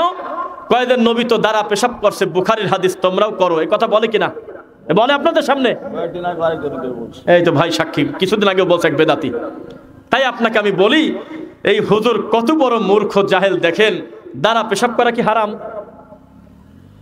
উত্তর দিলেন না। হারাম। দ্বারা পেশাব করা কি হারাম? 2, আপনাকে আমি আরেকটা তথ্য দেই, মরা গরুর মাংস খাওয়াও কি হারাম সব সময়? যদি পরিস্থিতি এমন হয় ওই মরা গরু ছাড়া কোনো খাবার নাই, তুমি ওই মরা গরুর গোস্ত কাটি সামান্য একটু খাও, বেশি খাও না, যেইটুক খেলে তোমার জান্ডা বাঁচে। তুমি ঢালাও ভাবে ফতোয়া মারি দাও গো হুজুর, তুমি জানো না এখনো পর্যন্ত বিভিন্ন রেস্টুরেন্টে পেশাবখানার অবস্থা এমন খারাপ, বসে পেশাব করলে নামাজি লোকের পাঞ্জাবিতে লেগে যায়। এখনো পর্যন্ত বিশাল ফুড ভিলেজ, বিশাল বড় মসজিদে গেলে জানটা ভরে যায়। এই মসজিদের টয়লেটে না গেলে পেশাব করা যায় না, ভালো করে বসতে গেলে 2 পাশে লাগিয়ে দেয় হাঁটু। ঠিক না মিথ্যা? তো পরিস্থিতি যদি এমন হয়, আমি যদি বসে পেশাব করতে যাই, আমার 2 পাশে আমার গায়ে পেশাব লাগবে, তখন লোকটা দাঁড়িয়েই পেশাব করবে, এটা হলো জায়েজ। এখনো যদি এমন পরিস্থিতিতে কেউ পড়ে যায়, আমার নবীও তো একটা ময়লার ভাগাড়ের কাছে গিয়ে পরিস্থিতি জটিল দেখে তিনি বসতে পারে নাই, দাঁড়া পেশাব করছিল। এই হাদিসটা আমরা স্বীকার করি। বেদাতি মানেই মূর্খ, এটা মনে রাখবেন। বেদাতি হুজুর কত বড় লম্বা সেটা বড় কথা না, টুপি কত বড় সেটা বড় কথা না, কত বড় মাদ্রাসায় পড়াশোনা করে সেটা বড় কথা না, তবে সে বেদাতি মানে ধর্ম বিরোধী, এটা মানতেই হবে, আপনাকে মানতে হবে কিনা। এবার একটি কথা বলি, খুশির খবর, আপনারা কি এলাকার সবাই আহলে হাদিস? তো বেশিরভাগ আহলে হাদিস ইনশাআল্লাহ। আজ পর্যন্ত আমি জীবনে কবর পূজারীরা বেদাতিরা আমাদের প্রতি বিভিন্ন অপবাদ দেয় কিনা, আমাদেরকে ইহুদি খ্রিস্টান বলে, ওহাবি বলে, ফিতনাবাজ বলে, বিভিন্ন কিছু বলে গালি দেয় কিনা, এত কিছু বলে। আজ পর্যন্ত আমি শুনি নাই যে কোনো বেদাতি মুখ দিয়ে বলছে যে আহলে হাদিসরা বেদাত করে। এ কথা বলতে পারে? জীবনে মাজারে সেজদা দেয় এমন লোক কোনোদিন বলে নাই যে আহলে হাদিসরা শিরক করে, বলছে কোনোদিন? তার মানে এই ব্যাপারে আপনাদের প্রতি আমাদের সুধারণা যে বিদাত এবং শিরিক থেকে সবচেয়ে বেশি এই জমিনে নিরাপদ হলো আহলে হাদিসরা, আলহামদুলিল্লাহ। আর বিদাত এবং শিরিক করে না এমন কোন বেদাতি দুনিয়াতে নাই, কারণ বেদাতি তো এই কারণেই বেদাতি দেশে সুন্নাহ মানে না। ব্যাস, আমার কথা বোঝা যাচ্ছে আপনাদের? আপনাদের একাগ্রতা বিনয়ীতে আমি সন্তুষ্ট, আল্লাহ তুমি সন্তুষ্ট হও, আল্লাহুম্মা আমিন। বক্তব্যের শুরু থেকে এখন পর্যন্ত আপনাদের মনোযোগের কোনো ত্রুটি আমরা পাই নাই। আমাদের ভিতরেও বিন্দুমাত্র ক্লান্তি আমরা প্রকাশ করব না, কারণ আমরা একটা সুন্দর মাঠ পাইছি। ইনসাফ করে কথা বলবেন ইনশাআল্লাহ। একটা তাকবীর দিচ্ছি, আওয়াজটা দেওয়া কিন্তু বাধ্য না, তবে দিবেন যে আপনারা জীবিত আছেন কিনা এটা জানার জন্য। লিল্লাহি তাকবীর, লিল্লাহি তাকবীর, আলহামদুলিল্লাহ। আরো কিছু সময় কথা বলি নাকি বলেন? একটা ফোন একটা আমার কাছে দিবেন শেখ, আমি ফোনটা একটু হাতে রাখি, মাঝে মধ্যে সময় দেখবো। আলহামদুলিল্লাহ, আজ প্রায় 3 দিন খুব ঠান্ডা পড়তেছিল নাকি? আজকে আল্লাহর অনুগ্রহে আল্লাহ কিন্তু রোদ দিছিল, দেয় নাই? আলহামদুলিল্লাহ পড়েন আলহামদুলিল্লাহ। তাই আমি গত 2 বছর আগে এসে সামনে 1 হাত পর্যন্ত দেখা যায় না, এত বড় কনকনে শীতের ভিতরে বক্তব্য দিয়ে গেছে এই গ্রামে এসে, আলহামদুলিল্লাহ। তার থেকে তো ভালো পরিবেশ আজকে আছে। এবার আপনাদেরকে বলি শোনেন, ওয়া ইম মিন ক্বরিয়াতিন ওয়া ইম মিন উম্মাতিন ইল্লা খালা ফিহা নাযীর ইয়াওমা নাদউ কুল্লা উনাসিম বিইমামিহিম। বিচারের মাঠে আল্লাহ প্রত্যেককে ডাকবে তার ইমাম সহকারে। কাকে? ইমাম সহকারে। হানাফি মাযহাবের মানুষ উঠবে অবশ্যই ইমাম আবু হানিফা রাহিমাহুল্লাহকে নিয়ে, কেননা তারা অন্তর থেকে তাকে মহব্বত করে। তবে প্রথমেই সারেন্ডার হয়ে যাওয়া লাগবে। ইমাম আবু হানিফা যদি মুখ দিয়ে বলে আল্লাহ আমি মানুষ, আমি মরার আগে আমার মূল মতামতটা দিয়ে তারপরে কবরে গেছিলাম, কি ইদা সাহহাল হাদিস ফাহুয়া মাযহাবি। পৃথিবীর মানুষ শোনো, যেখানেই সহিহ হাদিস পাবে সেটাই আমার মাযহাব। আমি কারোর দায়িত্ব নিতে পারবো না। আমি কাউকে নামাইতু বলতে শিখাই দেই নাই।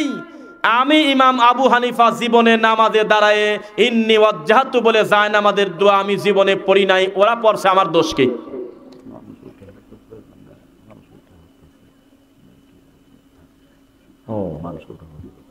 আপনারা উঠাউঠি করবেন না, একটু নীরবে বসবেন ইনশাল্লাহ। আমি জীবনে কোনোদিন নামাইতু আনুসাল্লিয়া সালাতে পড়ি নাই। আমি জীবনে কোনোদিন নামাজের পরে সম্মিলিত মুনাজাত করি নাই। আমি জীবনে মানুষের বাড়িতে কুলখানি করে খাই নাই। আমি জীবনে মাজারের কাছে জীবনে 1 মিনিট দাঁড়ায় কোনো কিছু প্রার্থনা করি নাই। আমি জীবনে কোনোদিন টাকনোর নিচে কাপড় পরি নাই। আমি সারাটা জীবন আল্লাহ এবং তার রাসূলকে মানার চেষ্টা করেছি। শেষ পর্যন্ত যখন দেখলাম আমি মানুষ হিসেবে আমার সব মতামত সঠিক হবে সেটা না, ভুলও হতে পারে, আমি সেজন্য লাস্টের কথা বলে গেছিলাম, আমার কথার সাথে নবীর কথা যদি হুবহু না মেলে আমার কথাকে দেওয়ালে ছুঁড়ে মারো, বলছে কথা বলছে, তখন তিনি পার হয়ে যাবে বলে আমরা সুধারণা করি। আর ইমাম বলতেছেন এই জমিনে সবচাইতে সৌভাগ্যবান হলো আহলে হাদিসরা, কারণ তাদের ইমাম মুহাম্মদ সাল্লাল্লাহু আলাইহি ওয়াসাল্লাম ছাড়া পৃথিবীতে আর কোনো ইমাম নাই। কোন আহলে হাদিসদেরকে যদি বলা হয় তোমার মাযহাব কি, বলবে ইসলাম। তোমার ইমাম কে, বলবে মুহাম্মদ সাল্লাল্লাহু আলাইহি ওয়াসাল্লাম। ইয়াউমা নাদউ কুল্লা উনাসিম বিইমামিহিম। ইমাম ইবনে কাসির রাহিমাহুল্লাহ বলতেছে এই আয়াতের দিকে তাকালে এই পৃথিবীতে আহলে হাদিসদের চাইতে ভাগ্যবান পৃথিবীতে আর কেউ হতে পারে না, কারণ তারা মুহাম্মদ সাল্লাল্লাহু আলাইহি ওয়াসাল্লামের সাথে উঠবে, কারণ মাঝখানে তাদের কোনো ইমাম নাই। আলহামদুলিল্লাহ আছে। আমরা আহলে হাদিস কেন? আমার ভুল গেলে আমার ভাই মুখামুখি বলবে আপনার ভুল গেল, আমিও রাগ না করে ডাইরেক্ট বলবো আমি আমার ভুল সংশোধন করলাম ইনশাআল্লাহ। আর বেদাতিরা দিন যত যায়, বয়স যত বাড়ে, ভুলের পক্ষে আরো দলিল দেয়, ভুল সংশোধন তো বহুদূরের কথা। ঠিক কিনা বলেন? এই দেশের সবচেয়ে বড় নামকরা হুজুর, সবচেয়ে বড় হুজুর মরে গেল, এই হুজুরের কবরে খেজুরের ডাল গাড়ছে। মিথ্যা না সত্য বলেন? কবরে খেজুরের ডাল গাড়বে কেন? চারপাশে 4টা কুল পড়বে কেন? 4টা লাঠি গাড়বে কেন? মিনহা খলাকনাকুম বলে মারামাটি দেবে কেন? নামাইতো বলে সালাত শুরু করবে কেন? নামাইতো নাসুমা গদা বলে রমজানের সিয়ামের নিয়ত করবে কেন? ইফতারের জন্য আলাদা দোয়া বানায়ছে কিনা? রহমতের 10 দিন, মাগফিরাতের 10 দিন, নাজাতের 10 দিন রমজানকে ভাগ করল কে? প্রত্যেকটা কর্মে যেই বিদাত প্রচলন আছে, প্রত্যেকেই বলে আমরা মাযহাব মানি, আমাদের ইমাম ইমাম আবু হানিফা। আর আমরা যারা এগুলোকে বর্জন করে আল্লাহর রাসূলের সুন্নাহ মানি, আমাদেরও ইমাম আছে, তার নাম হলো মুহাম্মদ রাসূলুল্লাহ সাল্লাল্লাহু আলাইহি ওয়াসাল্লাম। বোঝা কি যাচ্ছে কথা? তাহলে আমাদের যারা বলে আমরা মাযহাব মানি না, তারা কি মিথ্যুক না সত্যবাদী? কথাই বলে না। যারা আমাদের প্রতি অপবাদ দেয় যে আমরা কোনো মাযহাব মানি না, তারা কি মিথ্যুক না সত্যবাদী? মিথ্যুক। আমরা মাযহাব মানি, আমাদের মাযহাবের নাম হলো ইসলাম। আর প্রত্যেকটা ইমাম আমাদের কাছে সম্মানী, তাদের সব ভালো কথাগুলো মেনে নেব। আর যেগুলো ভুলভ্রান্তি মনে করবে, আল্লাহ তারা চেষ্টা করেছে সত্য পর্যন্ত পৌঁছাতে, ভুলভ্রান্তি তুমি ক্ষমা করে দাও। আর বেদাতিরা বলতেছে কোনো ভুল নাই, সবই তোমরা মেনে নাও। আছে কিনা? আপনার ময়মনসিংহের এরিয়া শেষ হলে জৈনাবাজার গাজীপুরের এরিয়া কিন্তু শুরু, নাকি? এই গাজীপুরের শ্রীপুরে সম্ভবত একটা মুফতি, তার নাম হলো ইসমত আলী আশেকি। এই লোকটা হিল্লা বিবাহর ফতোয়া দিয়ে একটা মহিলাকে 2 ঘন্টার জন্য বিবাহ করে আল্লাহর ঘর মসজিদের সিঁড়ির উপরে সঙ্গম করছে। মিথ্যা না সত্য?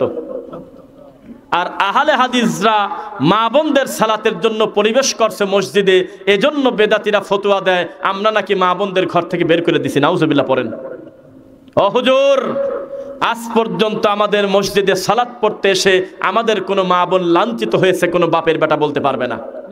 আর তোমরা মসজিদে আল্লাহর ঘরের সিঁড়ির উপরে নোংরা কাজ করো, যার নাম দিয়েছো হিল্লা বিবাহ। 1450 বছর আগে নবী বলে গিয়েছে হিল্লা বিবাহ মানে হলো ভাড়া করা পাঁঠা। ওমর রাদিয়াল্লাহু আনহু বলেছেন, আমার সামনে যদি হিল্লা বিবাহকারী অথবা যাকে হিল্লা বিবাহ করা হলো, এই 2 জনকে যদি কেউ সামনে আনতে পারো, আমি 2টিকে ধরে পিটাবো। এত বড় কঠিন ধমক দেওয়ার পরে আজকের এই 2024-25 সালে এখনো পর্যন্ত মাযহাবে লেখা আছে হিল্লা বিবাহ, সেইটা নিয়েই বেদাতিরা পড়ে আছে। আছে কিনা বলেন? নাউজুবিল্লাহ। আল্লাহ। এবার একটি কথা বলি, আপনাদের ওয়াদা করাবো কিনা সেটা না, আমরা জানি যে আমাদের আহলে হাদিসের যে কোনো আলেম বক্তব্য দিতে আসলে লক্ষ লক্ষ লোক হবে, আসে আমরা কোনোদিন করি না। কেননা সংখ্যার বিবেচনা কোনোদিন সত্যের মাপকাঠি না। এখানে আমি বক্তব্য না দিয়ে যদি একজন বড় ডক্টর, বড় মাদানিও বক্তব্য দিত, দেখতেন 200-300 লোক বসে থাকতেন না। কিন্তু এই জোকার হুজুররা যদি আসতো, সার্কাসের জোকার বেদাতিরা, নামের উপরে মাগরিবের পর গোটা প্যান্ডেলটা ভরে দিত। এই আপনার পাশের জেলায় আছে ফেক মাদানি, ফেক ধোঁকাবাজ। মদিনার মাদানি না, মদিনা জীবনে গেছে কিনা আল্লাহ জানে। এ হলো ঢাকার মাদানি, নগরের মাদানি। সেই নোংরা মাদানির নামের উপরে লাখ লাখ লোক জড়ো হয়ে যায়, এর নাম হলো কচুরিপানা। ও কাছেই বাড়ি, ঝামেলা। আবার বাসায় যাবো না কিভাবে? চিন্তা করেন এই সমস্ত ধোঁকাবাজদের। আহলে হাদিসরা সফল কেন? আমাদের মধ্যে কোনো ভাঙরি হুজুর নাই। 32 ইঞ্চি কানা হুজুর, তারপরে ছেলে থেকে মেয়ে, মেয়ে থেকে ছেলে, 36 ইঞ্চি, কত ধরনের ভাঙরি দি বড়া বেদাতিরে মাঠ। আমাদের মাঠে সব জোকার চলে না? চলে। তা আমাদের সামনে আপনারা লাখ লাখ বসে থাকবেন, সে আশা আমরা ছেড়ে দিয়েছি। কেন?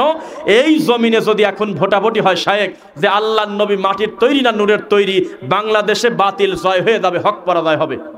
এখানে নূরের তৈরি আল্লাহরা বেশি ভোট পাবে। আপনার এই ব্রাহ্মণবাড়িয়া তাহেরির এলাকা থেকে প্রায় 80% ভোট পায় জয়যুক্ত হবে নূর আল্লাহরা। এখন যদি চট্টগ্রামে ভোট হয়, আল্লাহ কি আরশের উপরে নাকি কলবে? এখানে কলবের লোক বেশি ভোট পাবে, অধিকাংশ ভোট তারা পাবে। জমিনের ফয়সালাই কি চূড়ান্ত? তার মানে বোঝা গেল হক সারা জীবন কঠিন, এই হকের সামনে লাখ লাখ লোক জনগণ খুব একটা আসে না, কিন্তু হ্যামিলিনের বাসিওয়ালার বক্তব্যে লক্ষ লক্ষ লোক জড়ো হয়। তবে এত বড় হুজুর যার নামের উপরে লক্ষ লক্ষ লোক আসে, তার অন্তর কত দুর্বল ইমান দেখেন। এই লোকটার ক্ষমতা নাই বক্তব্যের শেষে যে আমি এই সমাজে প্রচলিত 10টা বেদাতের নাম বলে শেষ করব বক্তব্য। যদি বলে পরবর্তী মাহফিলের লোকজন হয়ে যাবে 10 আনা 6 আনা। কোনো দিন মুখ দিয়ে সত্য বলবে না, খালি বলবে কি আমরা সবাই এক। ওরে আমার দেওয়ানবাগি আয় রে, আটরশি আয়, জিলাপি আয়, খুরমা আয়, বেদাতি আয়, কবর পূজারি আয়, তাবিজাল আয়, সবাইকে বুকে টেনে নেয়। হক বাতিল মিশানোকে আল্লাহ নিষেধ করেছে, এরা তাই করে। এরা কি করে? ঐক্য করে। এই একটা বোতলের মধ্যে সামান্য একটু সুন্নি ঢুকা দেয়, অল্প একটু সৃষ্টি ভরে, কুসুম দানা কয়েক দানা ধরে নিয়ে আসে চরমোনাই, তারপরে একটু আটরশি, তারপরে একটু উজানি, এরপরে একটু গরম সুন্নি ধরে নিয়ে আসে, বিভিন্ন কিছু নিয়ে এসে বোতলে ঝাঁকি দিয়ে কয় আজকে আমরা ঐক্য হয়ে গেলাম। কেন? কারণ ওর ভিতরে যে আহলে হাদিস নাই, ঐক্য তো হবেই। তোমার ইসলামিক ফাউন্ডেশনে তোমার ক্ষমতা থাকলে আমাদের দেশের যে কোনো একজন যোগ্য আহলে হাদিসকে রাখো। তুমি যদি ডক্টর আসাদুল্লাহ আল গালেব স্যারকে একটু জায়গা করে দিতে, এক ধমকে তোমার পেশাব হয়ে যেত তুমি শয়তানি করতে গেলে। এখন এই বয়সে এমন ধমক দিত, তুমি যদি নাওয়াইতো লিখতে যেতে, এখনই তুমি নাওয়াইতো নাসুমা গদা, এই দোয়া যদি লিখে যদি পাবলিশ করতে যেতে, একটা ধমক দিত স্যার তোমার কাপড় চোপড় শেষ হয়ে যেত। কোন বেদাতি জোকার বসে আছে, এত বলি লজ্জা নাই। এই যে রমজানের ক্যালেন্ডারে কয়দিন পর লিখবে নাওয়াইতো নাসুমা গদা, রহমতের 10 দিন, মাগফিরাতের 10 দিন, নাদাতের 10 দিন লিখে আল্লাহর ঘর মসজিদে ঝুলায় রাখবে। মিথ্যা না সত্য? তাহলে বোঝা গেল সবাই আছে মিলেমিশে শয়তানি করতেছে। লালনের জায়গার মতো গাঁদা খায় একসঙ্গে। নোয়াখালীর লোকটা গাঁদা খেয়ে চট্টগ্রামের ছেলেটার কাছে দিয়ে দেয়, চট্টগ্রামের ছেলেটা পাবনার ছেলেটার কাছে দিয়ে দিচ্ছে, একসঙ্গে প্রায় 30 জন 20 জন গোল হয়ে গাঁদা টানে, কোনো ঝগড়া হয় না। এটাই হলো সবচেয়ে ভালো ঐক্য। এই বেদাতিদের ঐক্য হলো এইরকম, একটু সর্ষের তেল, একটু পেট্রোল, একটু পাম অয়েল, একটু ডিজেল, একটু কেরোসিন তেল, একটু নারকেলের তেল, সবকিছু মিশায় কয়দা ঐক্য বানা দিলাম। আর কি করবেন? ডিম ভাজি খা। এটা কিসের ঐক্য হলো? এগুলো আলাদা আলাদা করলে তো একটা জাত ছিল, অনেকগুলো জিনিস একসাথে মিশে আরো বেদামি হয়ে গেল। আর আহলে হাদিসরা বলে যে না, কোরআন সুন্নাহ মানতে গিয়ে যদি আমি একা পড়ে যাই, আমি একাই আল্লাহর জান্নাতে যাবো ইনশাআল্লাহ, বেদাতির সাথে আমি কোনো আপোষ করবো না ইনশাআল্লাহ।